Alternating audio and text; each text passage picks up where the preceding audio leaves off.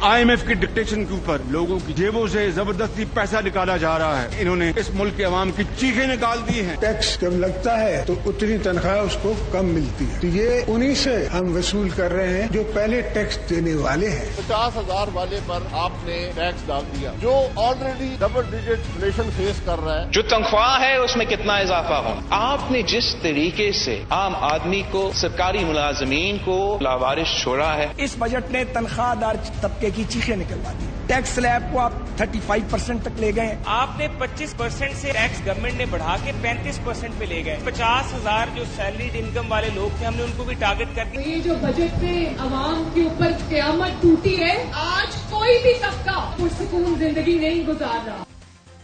سیاست اور صرف سیاست، اس سے افیکٹ کون ہوتے ہیں؟ آپ لوگ، ہم لوگ، وہ جو آلریڈی ٹیکس نیٹ کے اندر ہیں انہی پہ مزید بوجھ ڈال دیا گیا ہے. پروگرام کے پہلے حصے میں ثناء اللہ خان صاحب ہمارے ساتھ موجود ہیں، تجزیہ کار ہیں معاشی امور کے، جو کل پریس بریفنگ تھی وزیر خزانہ صاحب کی، وہاں پر موجود بھی تھے. بڑا سخت سوال بھی پوچھا جس کا کوئی خاطر خواہ جواب ہمیں ملا نہیں. مہتاب حیدر صاحب اگین معاشی امور کے اوپر ایکسپرٹ ہیں.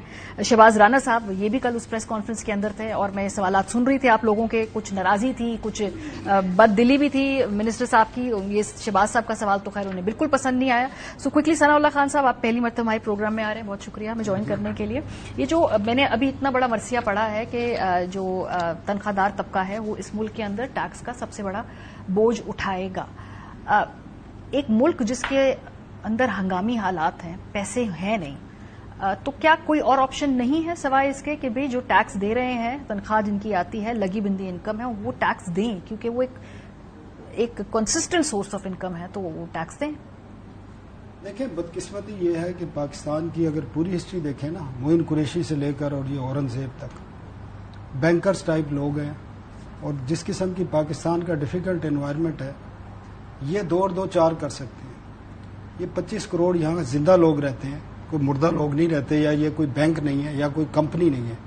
یہ بیسکلی ملک کی اکانومی کو، 25 کروڑ زندہ لوگوں کی اکانومی کو ایک بینک کی طرح چلاتے ہیں، ایک کمپنی کی طرح چلاتے ہیں. یہ دو چار کرتے ہیں، ان کو نہیں پتا کہ کس چیز کا امپیکٹ کس پہ آئے گا، اور یہ ہوتا رہا ہے. یہ آج پہلی دفعہ نہیں ہوا، ماضی میں بھی اسی طرح ہوتا ہے. اور جتنی ناکامیاں آج پہنچی ہیں یہ انہی لوگوں کی وجہ سے ہیں، جتنے یہ اکانومسٹ سو کارڈ قسم کے ہیں. ہم کور کرتے رہے ہیں، 25 سال ہو گئے مہتاب، اور ہم ان لوگوں کو دیکھتے رہے ہیں. یہ کہانیاں بناتے ہیں اور بیگ اٹھا کے واپس چلے جاتے ہیں. ابھی بھی یہی ہوگا. ابھی بھی جو طریقہ کار اختیار کیا گیا ہے، شاید نون لیگ کو پتہ بھی نہ ہو کہ بجٹ کس نے بنایا ہے. اچھا، اس قسم کی سچویشن میں آپ نظر آ رہا ہے کوئی سیاسی حکومت اس قسم کا بجٹ دیتی ہے؟ آپ مجھے بتائیں. اس قسم کا تو ڈکٹیٹر جب آتے تھے، جب جو وردی میں آتے تھے، انہوں نے ایسا بجٹ نہیں دیا کہ 1% ریلیف نہیں ہے. اور وزیر خزانہ اپنی پریس کانفرنس میں کہہ رہے ہیں کہ ہمارے پاس سپیس نہیں ہے. آج ڈان کی آپ نے لیڈ پڑھی ہوگی کہ ہمارے پاس ہیلتھ، ایجوکیشن اور سوشل سیکٹر کے لیے کوئی سپیس نہیں ہے. سپیس کدھر ہے ان کے لیے؟ آپ دیکھیں، 34 کروڑ روپے وزیر اعظم صاحب کو اپنا دفتر پسند نہیں آ رہا، اس کی رینوویشن ہونی ہے، نیا فرنیچر آنا ہے، آپ کلر ہونے ہیں. آپ نے دیکھا ہے وہ ابھی بالکل ٹھیک ہے، کوئی ایشو نہیں ہے، لیکن پرائم منسٹر صاحب کو نئی چیزیں چاہیے، تو اس کے لیے 34 کروڑ روپے رکھ دیے ہیں جی انہوں نے. 75 ارب روپے آپ وہ دے رہے ہیں ارکان پارلیمنٹ کو. لے جی موجے کریں، آپ کو پتا ہے وہ کس طرح خرچ ہوتے ہیں اور کیا ہوتا ہے. اور کوئی اس کی کوئی ضرورت نہیں تھی. شرم آنی چاہیے اس قسم کے کام کرنے کے لیے. آپ کو سوچنا چاہیے، لوگ ہائپر انفلیشن سے مر رہے ہیں، لوگ خودکشیاں کر رہے ہیں، لوگ بجلی کا بل نہیں دے سکتے. اتنے ہائی آپ نے 300% انکریز کیا، آپ نے گیس 1100% انکریز کیا. اب اس صورتحال میں آپ بجٹ دے رہے ہیں اور سیاسی حکومت ہے. اگر میں تو آج بھی یہ سمجھتا ہوں، بلیو کرتا ہوں، اگر یہ سیاسی حکومت ہے، الیکٹڈ ہے لوگوں کی، تو یہ خود بجٹ بناتے تو ایسا بجٹ نہ بناتے. یہ جو آپ نے کہا نا کہ سپیس کہاں ہے، سپیس ہے نا. دیکھیے سرکاری ملازمین کو ریز ملا، پنجاب میں بھی ملا، سندھ میں بھی ملا، وفاق کے اندر بھی ملا. اس کے علاوہ یہ جو باقی فنڈز مل رہے ہیں یہ بھی ہے، تو سپیس ہے اس کا مطلب ہے مخصوص طبقے کے لیے. لیکن دیکھیں، بسم اللہ الرحمن الرحیم، بنیادی طور پہ اگر آپ ٹیکسز سے میں آغاز کروں، پاکستان میں پچھلے 25-30 سال میں آن ایوریج ہر سال 500 ارب 600 ارب 700 ارب روپے کے ٹیکس لگائے جاتے ہیں. یہ پاکستان کی ہسٹری کا ایسا بجٹ ہے جس کے اگر نمبرز کو آپ اٹھائیں تو یہ پچھلے سال کے مقابلے میں کوئی 3.7-3.8 ٹریلین روپیز زیادہ ہم نے کرنے ہیں. اس سال 12,970 ارب روپے کا ٹارگٹ ہے. پچھلے سال جو ریوائز ٹارگٹ FBR نے اپنے ڈاکومنٹس میں لکھا ہوا ہے وہ 9,252 ارب روپے ہے. یہ ٹیکس آئے گا کہاں سے؟ بنیادی طور پہ اس کو سمجھنے کی ضرورت ہے. اگر جس طرح سے یہ بجٹ بناتے ہیں وہ کہتے ہیں جی کہ روٹین کی گروتھ اگر ہو, مثلا اس کو جی ڈی پی گروتھ اور انفلیشن کے نمبرز کو اگر آپ دیکھیں تو وہ کوئی 1400 سے 1500 ارب روپیہ آ جاتا ہے. گیپ جو ہے وہ 2300 ارب روپے کا ہے جو ایڈیشنل ٹیکسز کے ذریعے اور انفورسمنٹ کے ذریعے آپ نے کرنے ہیں. اب 1500 ارب روپیہ تو ایف بی آر مانتا ہے کہ اس نے ٹیکسز لگائے ہیں. یہ پاکستان کی ہسٹری میں ٹیکسز نہیں لگے. لیکن میں آپ کو اگلی بات بتانا چاہتا ہوں کہ یہ جو 800 ارب روپے کا گیپ ہے اس کا کیا ہوگا. اسی لیے تو مائنڈ کرتے ہیں سوال پہ. وہ گیپ کا یہ ہوگا کہ منی بجٹ آئے گا اور آپ کو ایڈیشنل ٹیکسیشن میجرز لینے پڑیں گے. اسی لیے جب یہ سوال ہوا کہ کیا آپ منی بجٹ لے کر آئیں گے یا نہیں آئیں گے, تو اس سوال کو وہ کہتے ہیں کہ آپ چونکہ پہلے فیصلہ کر چکے ہیں اس لیے میں اس کا جواب نہیں دینا چاہتا. اچھا, پرابلم کہاں پہ ہے؟ پرابلم یہ ہے کہ یہ ایکسپینڈیچر سائڈ کو اگر آپ دیکھیں, اپنے پارلیمنٹیرینز کے لیے ایکسپینڈیچرز ہیں. منسٹرز کہا گیا تھا, ہم اس بجٹ کو کرٹیسائز کرتے ہیں. آپ مجھے بتائیں, آپ نے کہا تھا ہم منسٹریز کو کم کریں گے. 80th امینڈمنٹ کے بعد جو ڈیوالو سبجیکٹس ہیں ان کی منسٹریز رکھنے کی کیا جسٹیفیکیشن ہے؟ صرف ایک ہی جسٹیفیکیشن ہے کہ آپ اپنے منسٹرز کی تعداد کو کم نہیں کرنا چاہتے. آپ نے کہا تھا ہم پینشن کی ریفارمز لے کر آئیں گے. مجھے بتائیں پینشن کی ریفارمز آپ کو کیا نظر آتی ہے سوائے اس کے کہ ایک وہ کہہ دیا کہ کنٹریبیوٹری پینشن جو ہے جی آپ انٹروڈیوس کر رہے ہیں. سبسڈیز کا آپ کہتے تھے ہم کم کریں گے. سبسڈیز اگر آپ دیکھیں تو وہ پہلے مقابلے میں بڑھ گئی ہیں. مجھے یہ بتائیں کہ ایکسپینڈیچر سائڈ جو خرچہ ہے وہاں پہ کہاں آپ نے کوئی کام کیا ہے؟ وہاں پہ تو کوئی کام نہیں نظر آ رہا. آپ نے ٹیکس تھوپ دی, اور ٹیکس کہاں سے آئے ہیں؟ آئی ایم ایف کی فروری کے اندر آنے والی رپورٹ سے آئی ہے. اس رپورٹ کو اگر آپ اٹھا کے پڑھ لیں, سوائے دو چیزوں کے سارے ٹیکسز وہاں سے آئے ہیں. وہی ساری رپورٹ جو ہے وہ اٹھا کے آپ اگر میں کہا کہ یہ ڈاکومنٹ آئی ایم ایف نے بنا کر دے دیا کہ اب یہ آپ کا بجٹ ہے, اس کو آپ نے پاس کرنا ہے, یہ درست ہے؟ یہ بالکل درست ہے. تو یہ آئی ایم ایف کا بجٹ ہے نا. یہ 100% دیکھیں, پہلے یہی ہوتا تھا کہ منسٹری آف فائنانس اور ایف بی آر نیگوشیٹ کرتے تھے, نیگوشیٹ ٹف کرتے تھے. ابھی میں نہیں کہتا کہ آسان حالات ہے, لیکن مجھے اس میں دو چیزوں کے علاوہ کہیں نیگوشیشن نظر نہیں آتی. اگر وہ کہتی ہیں وہ میں آپ سے پوچھتی ہوں اس کے بعد نا, کیونکہ شہباز میں آپ کی طرف آتی ہوں. بیکاز دیکھیں آئی ایم ایف جو ہم سے مطالبے کرتا ہے نا, وہ کہتا ہے جی کہ آپ نے اپنے ٹیکسیشن کو بہتر کرنا ہے, یہ آپ کا ٹارگٹ ہے, اتنا ریونیو آپ نے اکٹھا کرنا ہے. لیکن یہ طے پھر آپ نے کرنا ہوتا ہے کہ ہم کس کو کتنا ٹیکس لگائیں گے, کس طریقے سے ٹیکس لگائیں گے, کس طبقے کو ہم نے ایگزمپشن دینی ہے, کس طبقے کے اوپر ہم نے اگریسولی نظر رکھنی ہے. یہ حکومت کے کرنے کے فیصلے ہیں. اگر آئی ایم ایف آپ سمجھتے ہیں کہ آپ کی آرم ٹوسٹنگ کر بھی رہا ہے تو اس کے اندر نیچے آپ کے پاس اسٹرکچرل اسپیس ہوتی ہے. لیکن ہم نے تو دیکھا کہ پرانا ہی فارمولا ہے کہ جو ٹیکس دے رہا ہے اس کو ٹیکس دینے پہ مزید مجبور کیا جائے. وہ کیا کرے گا بیچارہ؟ یا تو وہی آپ کی میں ٹویٹ پڑھ رہی تھی کہ یا آپ کیش میں تنخواہ لیں یا آپ ملک میں نہ رہیں. پھر جی بسم اللہ الرحمن الرحیم. بہت شکریہ مس ماریہ آپ کا. تھوڑے سے میں نمبر اس سال کے آپ کو بتا دوں جو آپ نے ابتدائیہ میں بتائے تھے, وہ پچھلے سال کے نمبر تھے. جی میں نے پچھلے سال آپ نے میں نے اور ہم جیسے لوگوں نے پچھلے سال 264 ارب روپے کا ٹیکس دیا تھا, وہ 11 ماہ میں 326 ارب روپیہ ہو چکا ہے, اور یہ جون تک یہ 360 ارب ہو جائے گا. وہ جو ایکسپورٹر ہے, جو پاکستان کا امیر ترین طبقہ ہے, جس نے 11 ماہ میں صرف 85 ارب روپے کا ٹیکس دیا ہے, اور جو ہمارا ریٹیلر ہے, تاجر ہے, اس نے 11 ماہ میں صرف 15.5 ارب روپے کا ٹیکس دیا. یہ ساری ڈبیٹ ہے جس کے اندر رہ کے آپ میں اور ہم سب اس وقت بات کر رہے ہیں. دیکھیں, یہ ان لوگوں کو کیوں مشکل سوال برے لگتے ہیں, ان لوگوں کو کیوں یہ چیز بری لگتی ہے جنہوں نے ساری زندگی کمپنیاں چلائی ہوں. اگر یہ میں ایک مثال لے لوں کہ اس وقت ہمارے وزیر خزانہ جو ہیں وہ فائنانس منسٹر نہیں ہے اور وہ ایچ پی ایل کے پریزیڈنٹ ہیں, تو وہ اپنے انویسٹر کو کہتے ہیں کہ آپ میری کمپنی میں, بینک میں آپ 100 ارب روپیہ ڈالیں, میں آپ کو 1 سال کے بعد 10% ڈویڈینڈ دوں گا. یہ میرا سوال نہیں, کسی دوست نے مجھے کہا کہ یہ پوچھ لینا وزیر خزانہ صاحب سے. تو جب سال بعد 10% وہ ڈویڈینڈ نہیں دیں گے تو کیا ان سے سوال نہیں پوچھا جائے گا؟ جب آپ 100 ارب روپے مانگیں گے سرمایہ کاری کے لیے تو آپ سے پوچھا نہیں جائے گا کہ 100 ارب کے بعد بھی آپ کو اور پیسے چاہیے یا نہیں چاہیے؟ بات بہت سمپل سی ہے, کوئی راکٹ سائنس نہیں ہے. مسئلہ یہ ہے کہ میں, آپ اور ہم سب لوگ نے اپنے حق کے لیے کبھی بات نہیں کی. ہم جرنلسٹ ہیں, اپنے حق کے لیے بات کرتے ہوئے ہمیشہ شرم محسوس کرتے ہیں, لیکن ہم اس ملک کے شہری بھی ہیں, ہم نے اپنے بچوں کا پیٹ بھی پالنا ہے. تو ہم نے جرنلسٹ کے ہوتے ہوئے ہمارے جو اپنے حقوق ہیں ہم نے وہ بھی مانگنے. ہمیں کیا کرنا چاہیے, ان لوگوں کو کیا کرنا چاہیے؟ ہم جو اپنی وائس ہے وہ ریز کریں گے, ان کو کیا کرنا چاہیے تھا؟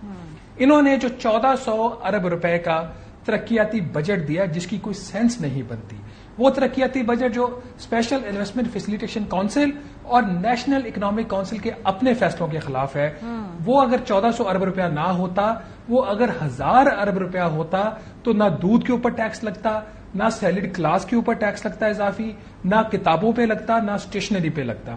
ان لوگوں نے اپنے 10-12 وزراء کو بے روزگار کرنا مناسب نہیں سمجھا. خود وزیر خزانہ محمد اورنگزیب صاحب نیشنل اکنامک کونسل کی میٹنگ میں اور پرائم منسٹر کے پاس جو میٹنگز ہوئی تھی اس میں یہ بات کہہ چکے ہمیں 8 سے 10 وزارتیں ختم کرنی چاہیے, اور یہ بات ان کے کریڈٹ پہ جاتی ہے. کل انہوں نے پوسٹ بجٹ پریس کانفرنس میں اعتراف کیا کہ ہمیں کچھ ادارے اور وزارتیں بند کرنی چاہیے تھی, ہم نہیں کر سکے. تو اگر آپ ناکام ہوئے, اگر آپ وزیر اعظم کو اپنی بات پہ کنونس نہیں کر سکے, تو مجھے, آپ کو اور میرے جیسے اور آپ جیسے کروڑوں لوگوں کو کیوں سزا دی جا رہی ہے اس بجٹ کے ذریعے. میں ایک اور بات کی بھی کریکشن کر دوں, یہ IMF نہیں کہہ رہا کہ اتنے آپ ٹیکسز لگاؤ. یہ وزیر اعظم شہباز شریف صاحب جب اقتدار میں آئے تھے, انہوں نے کہا تھا میں 13,000 ارب روپے کا اگلے سال کا ریونیو ہدف دوں گا. IMF آپ کو کیا کہتا ہے؟ IMF آپ کو ایک سمپل بات کہتا ہے کہ مجھے اتنا پرائمری بجٹ کا سرپلس چاہیے. وہ جو پرائمری بجٹ کا سرپلس چاہیے ہوتا ہے, جس کا مطلب ہے قرضوں کے اوپر سود کی ادائیگی کے بعد جو باقی پیسہ بچ جاتا ہے وہ ان کو چاہیے اگلے مالی سال میں 1241 ارب روپیہ.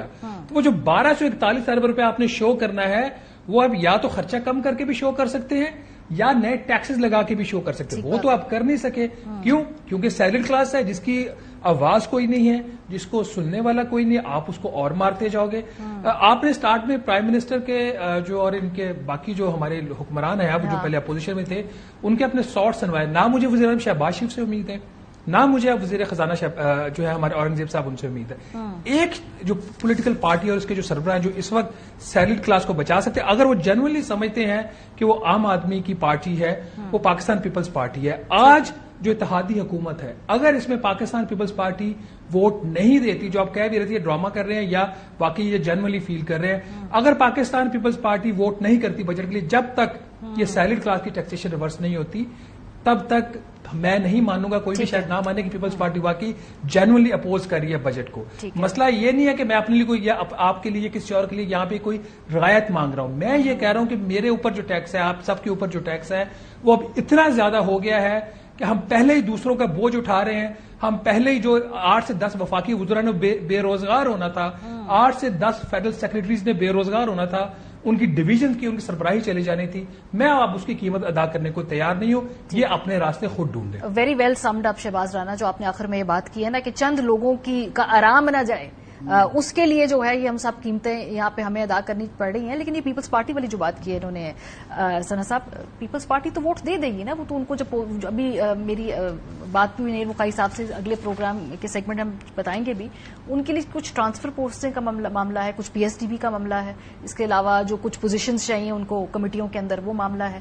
نہیں تو پوزیشن تو انہوں نے لے لی ہے, سارے آئینی عہدے لے لیے, کچھ معاملے بھی اڑے ہیں. سینٹ کی فائنانس کمیٹی کی چیئرمین شپ لے لی ہے, تو وہ چھوڑنا چاہیں گے کوئی؟ آپ مجھے بتائیں, گورنر چھوڑیں گے؟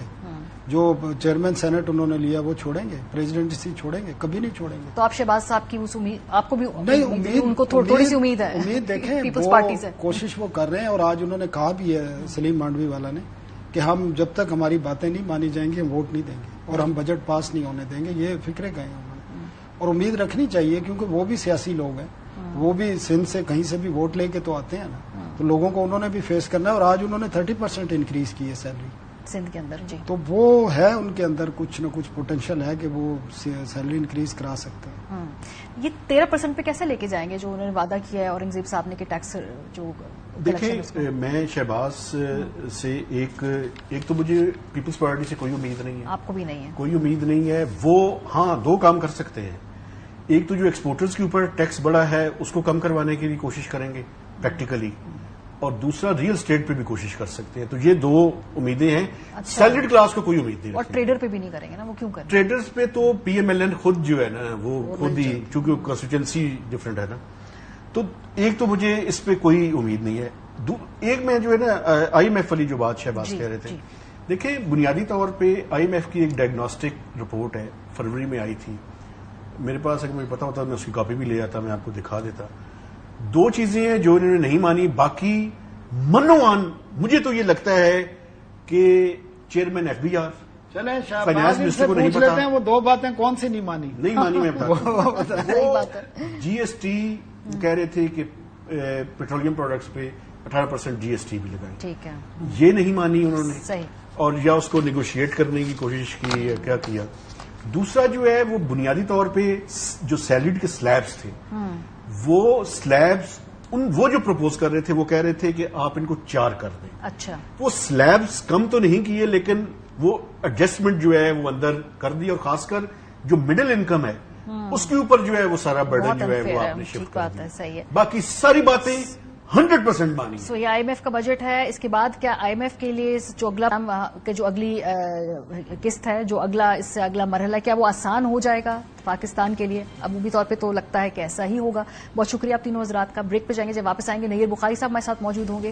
پیپلز پارٹی کی سیاست اس وقت کہاں کھڑی ہے, پنجاب کے اندر ہو یا وفاق کے اندر, ہے تو اتحادی لیکن بہت لائل نظر آتے ہیں بہت سارے معاملات کے بارے میں. بریک کے بعد ہمارے ساتھ رہیے. ویلکم بیک جی. حکومت کے ایک اہم اتحادی پاکستان پیپلز پارٹی بجٹ کے حوالے سے ان کے سنگین تحفظات ہیں. جب بجٹ کا اجلاس ہو رہا تھا اس کے بعد اس موقع پہ پیپلز پارٹی نے اپنے جو اس اعتراض ہے اس کا اظہار بھی کیا. سوال یہ پیدا ہوتا ہے کہ پیپلز پارٹی اس وقت کہاں کھڑی ہے؟ بظاہر لگتا یہ ہے کہ وہ وکٹ کے دونوں پار کھیل رہے ہیں. بجٹ کے حوالے سے جو ان کے واضح طور پہ تحفظات ہیں پیپلز پارٹی کے, وہ کیا ہے ذرا سنیے. یہ جو کچھ ہمیں اعتماد میں نہیں لیا گیا ہے, ہم سے ڈسکس نہیں کیا گیا ہے PSDP پر. طے تھا کہ چاروں صوبوں میں جو PSDP ہوگی وہ بیٹھ کے طے کرنا پڑے گا. اس جرم میں ہم برابر کے شریک ہیں. ہم نے آپ کو ووٹ دیا ہے اور وہ اس لیے نہیں دیا کہ آپ بجٹ بھی اپنے کچن میں بیٹھ کے تیار کر لیں. آپ نے پاکستان پیپلز پارٹی اس سے بھی یہ زحمت گوارا نہیں کی کہ اس کو ان تجاویز میں یا اس مشاورت میں آپ شامل کر لیں. وفاقی حکومت نے ایک اگریمنٹ کیا تھا پیپلز پارٹی کے ساتھ کہ آگے چل کر بہتری لائیں گے, آپ کی جماعت کا ان پٹ لیں گے. ہماری جماعت کا کوئی ان پٹ اس بجٹ میکنگ میں نہیں لیا گیا ہے. ایوان کے اندر عددی طور پر PMLN اپنی حکومت نہیں بنا سکتی اگر پیپلز پارٹی کا ووٹ اسے حاصل نہ ہو. تو بجٹ کے موقع پہ ہم نے دیکھا یہاں پہ ان کی شکایت ہے ہمیں اعتماد میں نہیں لیا. یہ کیسے اتحادی ہیں جن کو ہر اہم لیجسلیشن کے اوپر اعتماد میں نہیں لیا جاتا؟ ابھی خاطر عزت کا بل پاس ہوا ہے پنجاب کے اندر, وہاں پر بھی اتنے لا علم ہے پاکستان پیپلز پارٹی والے, وہاں بھی انہیں کسی نے اعتماد میں نہیں لیا. بل آتا تو واپس بھیجنا تھا نا. میں نہیں سمجھتا کہ گورنر صاحب کی موجودگی میں وہ بل آیا ہے اور اس کو انہوں نے واپس نہیں بھیجا اور وہ چلے گئے ہیں. یہ بات میرا خیال ہے درست نہیں ہے. پیپلز پارٹی کا جو ڈے فرسٹ سے موقف تھا, پیپلز پارٹی اس پہ قائم ہے کہ ہم کسی طرح بھی آزادی رائے پہ کوئی قدغن جو ہے اس کو برداشت نہیں کرتے, نہ ہی اس کے ساتھ ہیں. جب پنجاب میں یہ قانون پاس ہو رہا تھا تو پاکستان پیپلز پارٹی اس کا حصہ نہیں بنی. پیپلز پارٹی کے جو MPs تھے اس قانون کا حصہ نہیں بنے. پھر جب گورنر صاحب کے پاس کیا یہ بل سگنیچر ہونے کے لیے, کیونکہ پاکستان پیپلز پارٹی کے گورنر تھے, گورنر پنجاب, انہوں نے اس پہ سائن نہیں کی. اس طریقے کے قانون پیپلز پارٹی کبھی نہیں لاتی. بات کریں گے سید نیر حسین بخاری صاحب, جنرل سیکرٹری پاکستان پیپلز پارٹی کے ہمارے ساتھ موجود ہیں. پیپلز پارٹی کی بجٹ کے حوالے سے تحفظات, اس سمیت جو دیگر رابطوں کے حوالے سے گفتگو ہو رہی ہے اس پہ ہم بات کریں گے. بخاری صاحب سے بہت شکریہ وقت نکالنے کے لیے. سر, بجٹ کے اوپر جو آپ کا احتجاج ہے, آپ کے تحفظات ہے PSDB کے حوالے سے اور دیگر امور کے حوالے سے, وہ تو بڑے واضح ہیں, لیکن یہ تحفظات, یہ اختلافات اس نہج پہ ہیں کہ یہ نوبت آ سکتی ہے کہ شاید ووٹ دینے میں بھی مسئلہ ہو پیپلز پارٹی کو, یا ووٹ تو دیں گے بجٹ کو, بجٹ پاس تو کروائیں گے, یہ اصولی طور پہ طے کر لیا آپ لوگوں نے؟ شکریہ. گزارش یہ ہے کہ ڈفرنس آف اوپینین تو رہتا ہے, ود ان پارٹیز بھی رہتا ہے. ہم تو الائنس میں ہیں اور ہمارا ایک ایگریمنٹ تھا جب ہم نے الائنس بنایا تھا, تو اس میں سرٹن ٹرمز اینڈ کنڈیشنز تھیں. کچھ آبلیگیشنز ہم پہ تھیں اور کچھ آبلیگیشنز این پہ تھیں, اینڈ آبویسلی وہ ایک ریٹن ایگریمنٹ بھی ہے. ہمارا بیسیکلی تحفظ جو تھا وہ تھا PSDP پہ تھا کہ ہم سے شیئر نہیں کیا گیا ایلوکیشن کیا ہوگی. 2 پروونسز میں ہماری گورنمنٹ ہے اور اس میں ہمارا شیئر کیا ہوگا ان پروونسز کے لیے. اور پرٹیکولرلی وفاق پہ بھی جو بجٹ انہوں نے تیار کیا, جو پرپوز کیا, اس پہ بھی ہماری کنسلٹیشن نہیں تھی, اس پہ بھی ہماری ریزرویشنز تھیں اور ہم نے اپنا کنسرن شو کیا اور پارلیمنٹری پارٹی نے ڈیسائیڈ کیا کہ ہم ایبسٹین کریں. بٹ الٹیمیٹلی جب ری اپروچمنٹ ہوئی تو چیئرمین بلاول بھٹو ایگری کر گئے کہ ہم مزید مذاکرات کریں گے، اور یہ یقین دہانی کرائی پی ایم ایل این کی قیادت نے کہ ہم نے جو معاہدے کیے ہیں آپ کے ساتھ ان کو امپلیمنٹ کریں گے. تو آبویسلی یہ بھی ووٹ تو کچھ 24-25 تاریخ کے بعد ہی ہوگا. ابھی جو ڈیبیٹ ہوگی، ڈسکشن ہوگی، کٹ موشنز آئیں گے، تو پولیٹیکل ڈائلاگ ہمیشہ رہتا ہے پولیٹیکل پارٹیز کے درمیان میں. ٹھیک ہے. پیپلز پارٹی تو ڈائلاگ پہ ہمیشہ بلیو کرتی ہے. تو وی آر ہوپ فل، کیونکہ ہم نے آغاز میں کہا تھا کہ ہم سسٹم کی کنٹینیوٹی پہ بلیو کرتے ہیں. ٹھیک ہے. جس کی بنیاد پہ ہم نے یہ الائنس بنایا، یہ گورنمنٹ فارم کی. آغاز میں تو چیئرمین بلاول امیدوار تھے، لیکن جو ریزلٹس آئے تو ہمارے پاس وہ اسٹرینتھ نہیں تھی، اور ہم نے دیگر جماعتوں کو بھی کہا آپ گورنمنٹ فارم کر لیں. ٹھیک ہے. لیکن ہم سسٹم کی کنٹینیوٹی پہ بلیو کرتے تھے. اگر ہم اتنی گورنمنٹ بنانے میں سر فریجائل ہے اور پیپلز پارٹی کی کرچز پہ کھڑی گورنمنٹ ہے نا، جو صاف بات ہے، تو وہ آپ سے مذاکرہ، انہوں نے آپ کو کانفیڈنس پہ کیوں نہیں لیا ہوگا؟ پی ایس ڈی پی کے اوپر بات چیت کیوں نہیں کی؟ آپ سے کنسلٹ کیوں نہیں کیا؟ آپ کا کیا گیس ہے کیوں ایسا کیا؟ یہ تو سوال آپ ان سے کریں. سر ان سے پوچھا ہے، وہ اگر مگر کرتے ہیں، وہ کہتے ہیں کہ کچھ وزراء کو دکھا دیا تھا اور انہوں نے جا کے بتا دیا، آپ کی وہاں موجودگی تھی، اب آپ سیاست کر رہے ہیں. نو دیکھیں جی، ہمارے پارلیمنٹری لیڈرز ہیں وہاں پہ، نیشنل اسمبلی میں بھی، سینٹ میں بھی.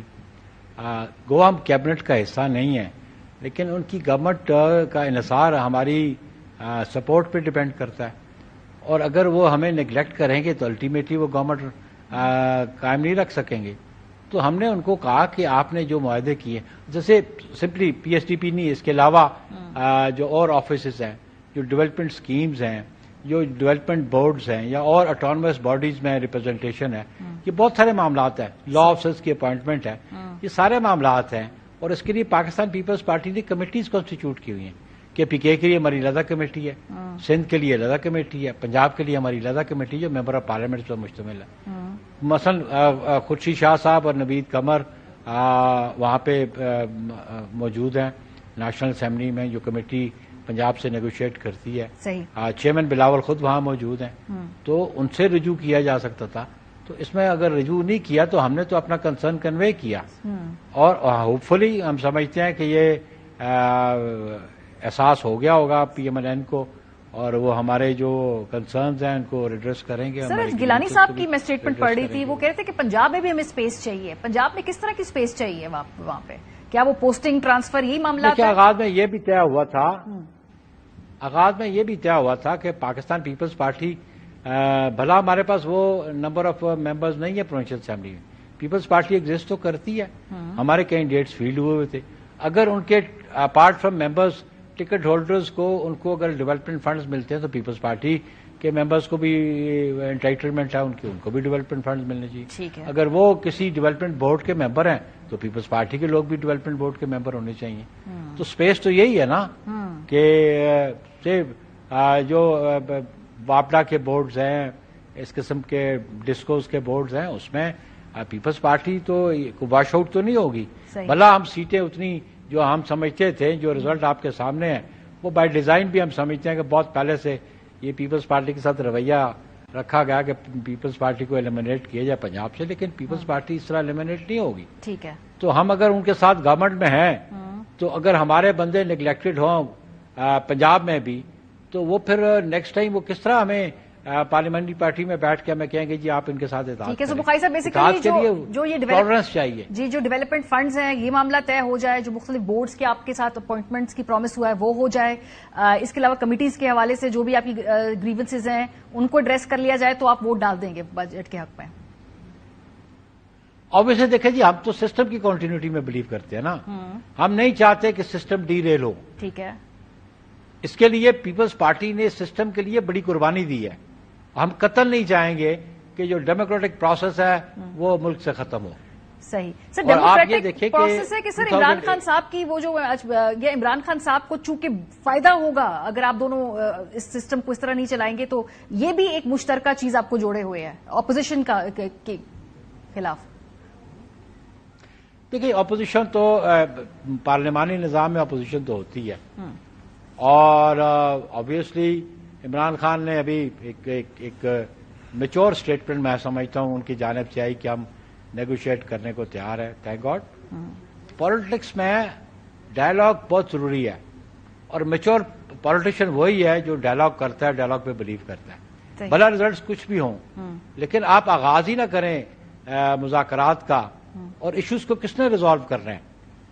ڈانگ ماری سے تو ایشوز ریزالو نہیں ہوتے، ڈنڈے ماری سے تو ایشوز ریزالو نہیں ہوتے، ڈائلاگ سے ہوتے ہیں۔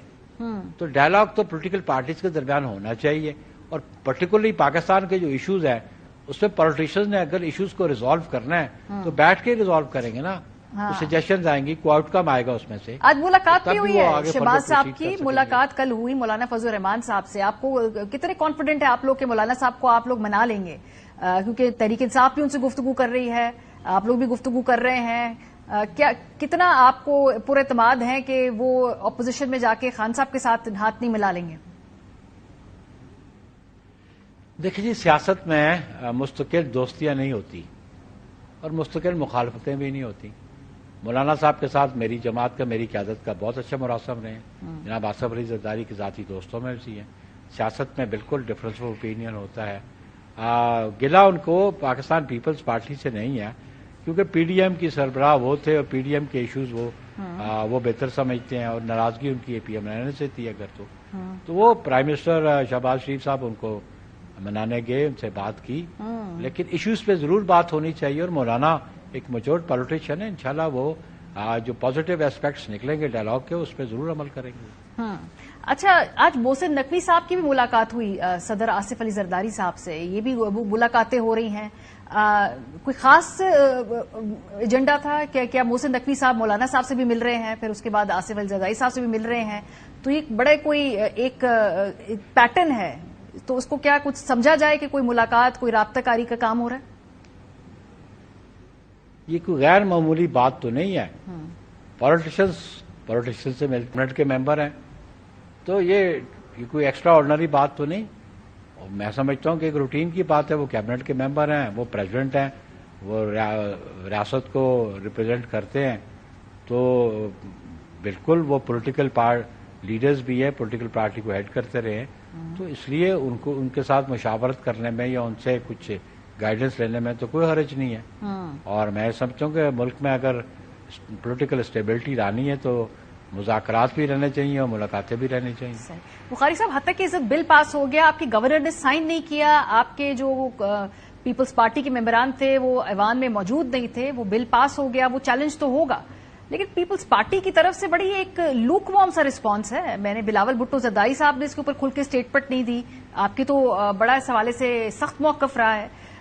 جس طرح کی اپوزیشن پیپلز پارٹی کی روایت رہی ہے ماضی میں، وہ نظر نہیں آئی حتیٰ کہ، اور اس میں کہہ رہے ہیں کہ جی آپ کی پھر خاموشی کو نیم رضامندی سمجھا جائے۔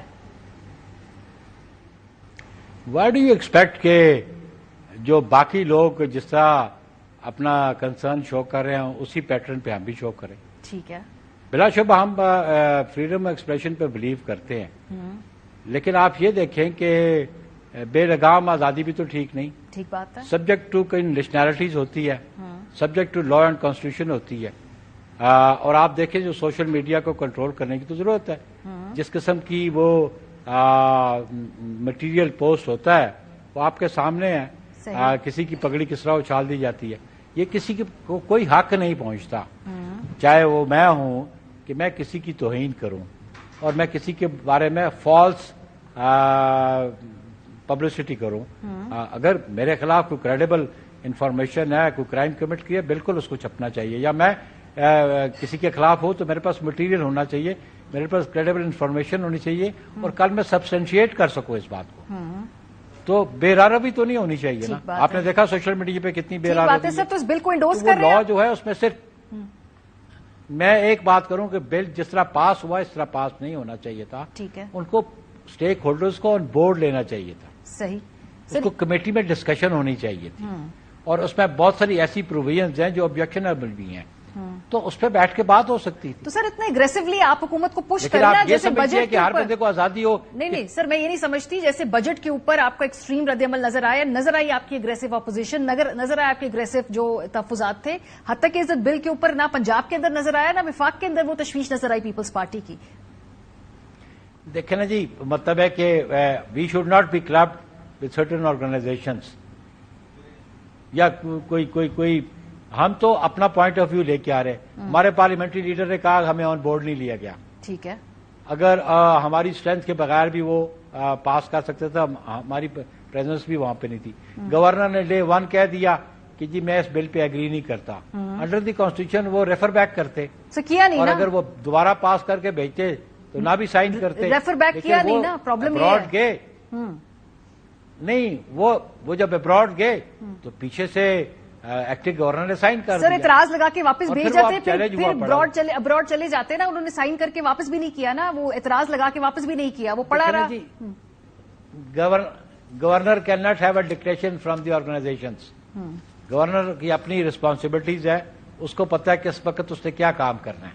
اب آپ یہ سمجھیں کہ یہ گورنر کا آفس یا پارلیمنٹ کو people should start dictating them. نہیں سر, نہیں, اگر آپ کی ایز اے پارٹی پالیسی آپ کو اعتراضات ہیں, گورنر پیپلز پارٹی کا ہے, تو پھر بل پہ وہ اعتراضات لگا کر واپس بھیج دیجئے. صرف پروسیجرل بات کر رہے ہیں. بھائی publicly he announced it, some how وہ واپس نہیں گیا تو کون سا پہاڑ گر گیا. سر بل پاس ہو گیا, لیکن انہوں نے اپنا کنسرن شو کر دیا. بحث نہیں ہوئی جو ہونی تھی, کمیٹی میں دوبارہ جا کے ریویو نہیں ہوا جو ہونا تھا. دیکھیں اس میں بات یہ تھی, بڑی امپورٹنٹ بات تھی کہ اتنی جلدی کیا تھی پنجاب گورنمنٹ کو اس بل پاس کرنے کی. اسٹیک ہولڈرز کو کیوں نہیں انوائٹ کیا؟ اس کو انوائٹ کرنا چاہیے تھا. کچھ پروویژنز ایسی ہیں, مثلا وہ جو ان کی ہے نا لیو گرانٹ کرنے والی, جی آبویسلی وہ لیو گرانٹ بھی ہے کہ وہ بندہ آ کے سبسٹینٹیٹ کرے کہ جو اس نے خبر دی ہے اس کے پاس ساؤنڈ مٹیریل ہے, وہ اپنی خبر پہ قائم ہے اور اس کو کورٹ آف لا میں اسٹیبلش کر سکتا ہے. ٹھیک بات ہے.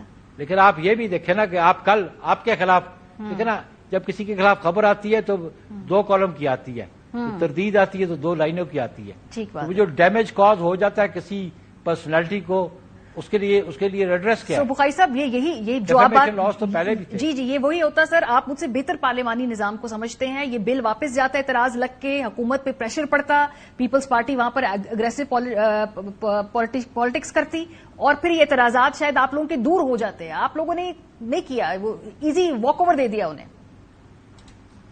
نو, it is not a walk over, یہ آپ کے پرسپشن ہے نا. According to me it is not correct. ٹھیک ہے. بات یہ کہ میں نے کہا نا کہ we should not be dictated کہ آپ نے پالیٹکس کیسے کرنی ہے. ٹھیک ہے, صحیح. پھر ہم نے پالیٹکس کی ہے اور ہم بھی اسٹینڈ پہ آج بھی ہم کہتے ہیں کہ وہ لا جو ہے وہ اس سے بہتر لا آنا چاہیے تھا. ٹھیک ہے. اس کو اس صورتحال میں نہیں پاس ہونا چاہیے تھا. اس کی چند پروویژنز ایسی ہیں جو میں سمجھتا ہوں کہ یہ پروویژنز نہیں ہونی چاہیے. ٹھیک ہے, تو ہمارا بڑا واضح موقع. ٹھیک ہے سر, بہت شکریہ. ہمارے ساتھ نیب بخاری صاحب موجود تھے. بریک پہ واپس آئیں گے. آکسفورڈ یونین کا صدر, پاکستان کا لڑکا جس کا تعلق بلوچستان سے ہے, وہ الیکٹ ہو گیا ہے, اس کی بات کریں گے. بریک کے بعد ہمارے ساتھ رہیں گے. ویلکم بیک جی. اس ہفتے ایک بڑی حوصلہ افزا خبر سامنے آئی, اور وہ آئی انگلستان سے, جہاں آکسفورڈ یونین کے جو نو منتخب صدر ہیں ان کا تعلق پاکستان سے ہے. سردار اسرار خان کاکڑ.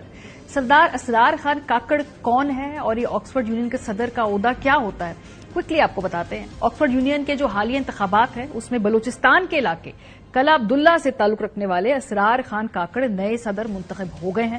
اسرار خان کاکڑ نے اپنے مد مقابل امیدوار کے سامنے جو 393 ووٹوں کے مقابلے میں 617 ووٹ لیے ہیں. اسرار خان کاکڑ آکسفورڈ یونین کے صدر منتخب ہو کر یہ عہدہ رکھنے والے تیسرے پاکستانی بن گئے ہیں. اس سے قبل پاکستان کی سابق وزیر اعظم بے نظیر بھٹو 1977 میں اور پشاور سے تعلق رکھنے والے احمد نواز 2022 میں آکسفورڈ یونین کی صدارت جیتنے والے پاکستانی تھے. اسرار خان کاکڑ اس وقت آکسفورڈ یونیورسٹی میں فیکلٹی آف لا میں ڈی فل اسکالر ہے, اور ان کی تحقیق چین کے بیلٹ اینڈ روڈ پروجیکٹ کے اوپر ہے. بڑی اچھی بات ہے, ایک young promising Pakistani student Oxford جیسے یونیورسٹی کے اندر الیکشن جیت کر منتخب ہو کر اس یونین کے سربراہ بنتے ہیں. اور اس کے بعد ہم نے دیکھا کہ وزیر اعظم پاکستان بائی دا وے جو وی پی این استعمال کر کے ٹویٹ ہیں, انہوں نے ٹویٹ کی اور مبارکباد دی. انہوں نے کہا کہ پورے پاکستان کی طرف سے مبارکباد دیتا ہوں اسرار خان کاکڑ کو کہ وہ الیکٹ ہو گئے ہیں پریزیڈنٹ آکسفورڈ یونین کی, اور انہوں نے کہا کہ بہت بڑی اچیومنٹ ہے, بلوچستان سے ان کا تعلق ہے, ایک شائننگ ایگزامپل ہے, ہارڈ ورکنگ انسان ہیں, آپ نے پوری قوم کا سر فخر سے بلند کر دیا, اور ساتھ ساتھ ان کے لیے نیک تمناؤں کا اظہار بھی کیا. یہی نہیں, احسن اقبال صاحب نے بھی VPN استعمال کرتے ہوئے ٹویٹر کے ذریعے مبارکباد دی اسرار کو اور کہا کہ ہم بہت آپ پہ جو ہے ہمیں آپ پہ فخر ہے اور آپ کے اس نئے رول کے لیے ہم آپ کے لیے نیک تمناؤں کا اظہار کرتے ہیں. وزیر اعلیٰ بلوچستان کہاں پیچھے رہنے والے تھے, سرفراز بگٹی صاحب نے بھی اگین VPN استعمال کرتے ہوئے یہ ٹویٹ کی. انہوں نے کہا بڑا ہی پراؤڈ مومنٹ ہے بلوچستان کے لیے, پاکستان کے لیے. اور بینظیر بھٹو صاحبہ جو کہ پیپلز پارٹی جن سے تعلق ہے وزیر اعلیٰ صاحب, کہتے ہیں کہ ان کے نقش قدم پہ چلتے ہوئے کاکڑ صاحب جو ہیں اس یونین کے پریزیڈنٹ الیکٹ ہوئے ہیں. اس کے جواب میں اسرار خان کاکڑ نے وزیر اعظم پاکستان کو جواب دیا اور انہوں نے کہا کہ بہت شکریہ آپ کے ان کائنڈ ورڈز کا, اور ان کے لیے یہ بہت فخر کی بات ہے کہ وہ پاکستان کو ریپرزینٹ کر رہے ہیں. انہوں نے یہ بھی کہا کہ اس موقع پہ ایک اسکالرشپ بنائی جائے ان اسٹوڈنٹس کے لیے جو کہ مارجنلائز طبقے سے تعلق رکھتے ہیں پاکستان کے. لیکن جو اس کے آخری سب سے امپورٹنٹ بات